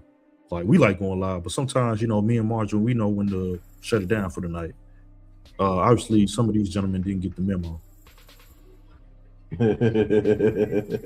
What you mean? He did something there with the chant. Liv Morgan is my man doing extra. Why you ain't pausing him? Pause me earlier. This is crazy. That's the whole reason I brought it up. Yeah, I said, like, this is an example of when you need to, like, shut it down. Like, sometimes you gotta, But my man, like, my man. See, this was his WrestleMania moment. This is what happened here. He like, everybody else got their moment. This is my moment. Hey, sometimes you gotta let him live. He just decided to live on this. You know what I mean? His two-piece button popped and everything. So I think he's gonna know when he get home and shit. His button popped and it. He did it. But hold on. No, hold on, man. Can we discuss man etiquette real quick, man? There's certain things as a man in general you shouldn't do. Number one is be on your knees, right? Number two is like be on your knees in a goddamn three-piece suit, right? Number three is like, being on your knees in the three-piece suits in the form of entertainment for a woman and a bunch of strangers and weirdos. It's like, I don't know, man. A lot of dignity points have been deducted from the bull. Nah, you can't do that because respectfully, you don't know that individual's pronouns, bro. So we can't judge them like that.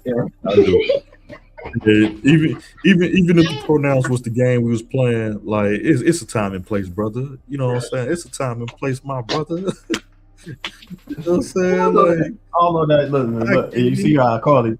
the individual. I don't know that individual's pronouns, so I respectfully decline to respond.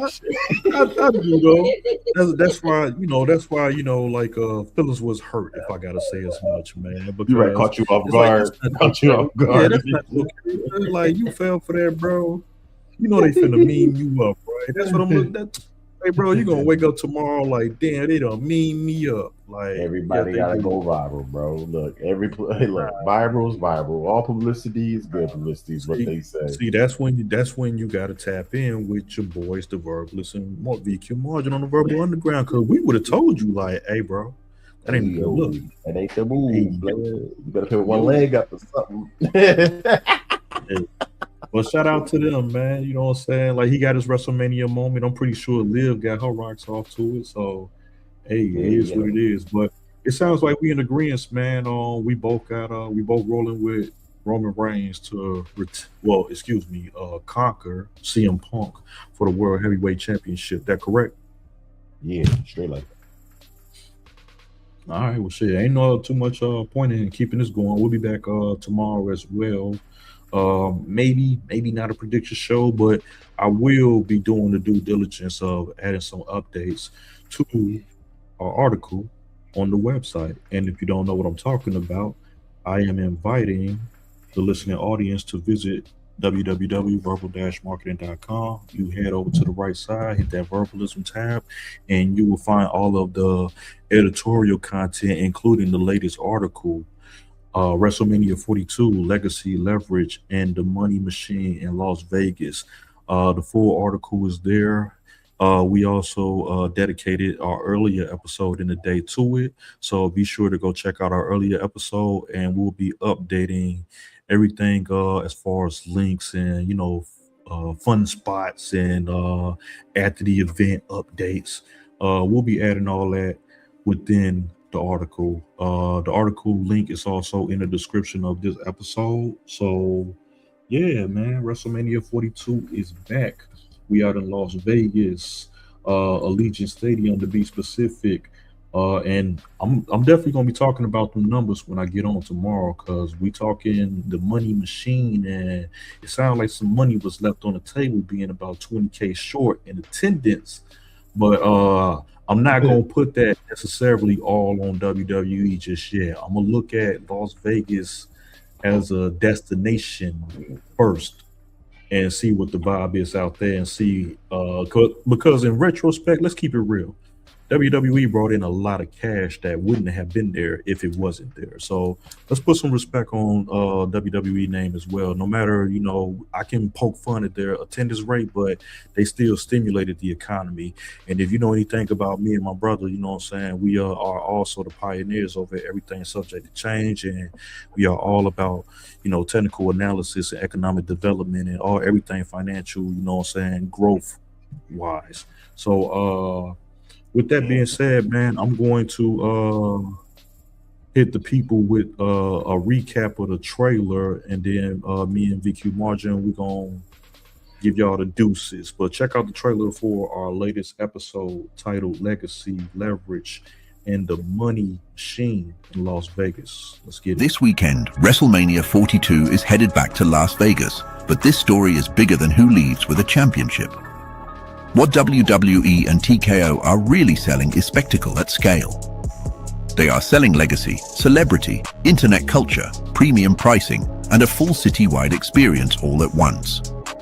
Last year's WrestleMania in Las Vegas became the most successful event in WWE history, and that puts real pressure on this year's show to prove the formula still works. So when we look at Cody Rhodes, Randy Orton, CM Punk, Roman Reigns, Jade Cargill, Rhea Ripley, Brock Lesnar, and Obafemi, we are not just looking at matches. We are looking at assets in a machine designed to drive ticket money, merchandise, sponsorships, streaming value, and cultural dominance. The real question is whether WrestleMania 42 is still just wrestling, or whether it has become WWE's annual State of the Empire address. Welcome to the Verbal Underground.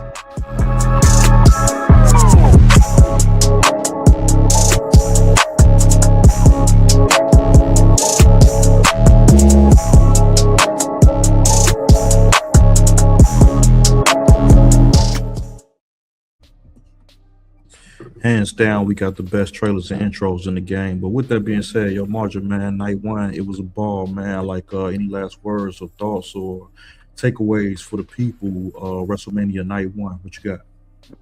WrestleMania night one. Said before, man, it was a nice alley up as we gonna get in alley oop as we get into night two. You know what I mean? Piggyback off what the verbalist said on the attendance being questionable. I feel you. Maybe you know what? In their defense, one last try. In their defense, maybe you know some of the arena setup, like the entrance and all that. Maybe that took up them other extra seats, and the pyro took up them extra seats. And they still might have been sold out. But you know what? I'm always trying to shoot somebody some bail. He always trying to shoot somebody some bail, man. I'm literally trying to like, you know what? You got it, bro. You doing the right thing. You know what I mean? And that's how I want. That's how I want to. Shout out to the voice of reason, people. Yeah, that's all. That's all I'm saying. I'm not counting my men. They've been around too long. I'm not counting them out. You know, WWF, WWE, however you want to slap. I'm not counting them out. All right, they have 50,000 in the building for day one. Tomorrow, 67,000 plus. I'm telling you right now, that's what it's going to be, man. If it's not that, you know what I mean, the verbalist gonna eat a banana alive. Oh no. The thoughts and ideas of VQ Margin are his and his alone. Any hate mail you may have, you may please by all means feel free to forward it to him. Like I know it says Verbal Underground at verbal-marketing.com, but anything for VQ Margin will be directly forwarded to him. Like, send your hate, ladies and gentlemen. Just keep it 100, man. Just keep it 100 out there. This man is crazy. You know what? Next, you know what? Set it up, man. Night two, we still got time. TLC match. The Verbalist versus VQ Margin. He been on one all night, man. If I show speak and get his WrestleMania moment, goddamn it, I won't mind. Me and VQ Margin, log us in for the pre-show. It's going down, man. It's going down, brother. You see what happened to Bad Baby. Don't get that work play. You see what happened to that nigga. Come on with it. Not Bad Baby, man. Not Bad Baby, man. Chulo. Yeah, he ain't get a WrestleMania this time either. They saw what he did at the Super Bowl, said, nah, you ain't coming to WrestleMania, Jack. Nah, he already did his, baby. He already did some he did the one joint. He got his chicken to left. Yeah, he got his. He solidified out there. I see in about a decade we gonna be talking about Bad Baby, WWE Hall of Fame right next to Dennis Rodman. You know what I'm talking about?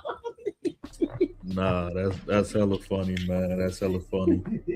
I can create that. All right. Well, hey, Marja, real quick, man. Did you know that many businesses stay busy with marketing, but they still be growing it consistently, right? But I found this verbalism feature, right? Verbal marketing, they breaking down why the real issue is not often effort. It's really strategy, man. So check out what they're talking about. A lot of businesses are working hard in marketing, but they are still growing inconsistently. The problem usually is not effort, it is alignment. When campaigns, messaging, content, and offers are not aligned with a clear strategy, the business remains active, but growth remains unstable. That is the difference between doing marketing and building momentum. If your business is working hard in marketing, but still growing inconsistently, it may be time to strengthen the layer beneath the activity. Verbal Marketing's brand growth strategy and marketing blueprint is designed to help brands move from fragmented effort to focused growth with greater clarity, stronger positioning, and smarter direction. This is our verbalism, powered by Verbal Marketing. Let your business speak for itself.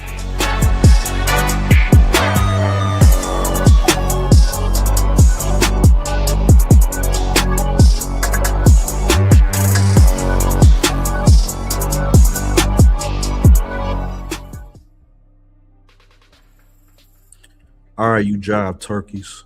This is the heel verbalist signing off. I'm finna go enjoy my expensive cigars and, you know, my extravagant lifestyle and, you know, my luxury, beautiful women.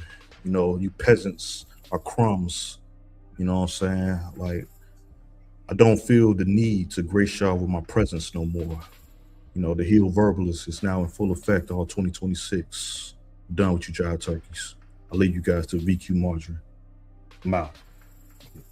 Listen, man, I don't know what he talking about, but whatever he talking about, y'all can run down on him when y'all feel like it, man. This is the Verbal Underground Sports Chronicles. That was the Verbalist. I'm VQ Margin, man, and I'll leave as I came. Peace and love, you heard?